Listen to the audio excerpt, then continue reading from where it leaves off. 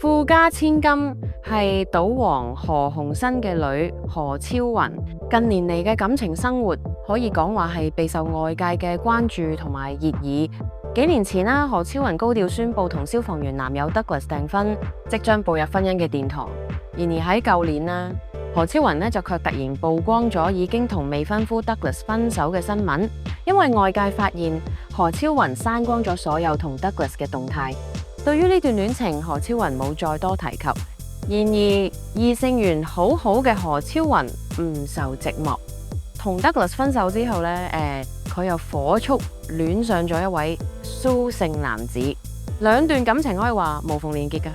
咁對於外界傳聞佢同埋蘇姓男子嘅感情故事啊，何超雲都冇做出任何回應。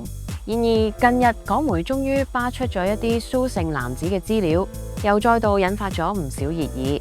咁從港媒曝光嘅資料可以睇到咧，蘇姓男子全名為 Johnny Su， 係台灣人，佢嘅家境唔錯，四處投資。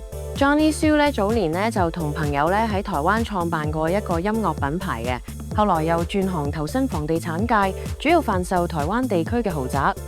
喺地產界混跡咗幾年後，Johnny Su 嘅人脈同資源得到咗一定嘅累積。咁而家 Johnny Su 唔單止係喺台灣地區銷售豪宅，佢喺日本等亞洲國家都有生意。咁睇嚟 Johnny Su 嘅財力都仲係相當唔錯嘅。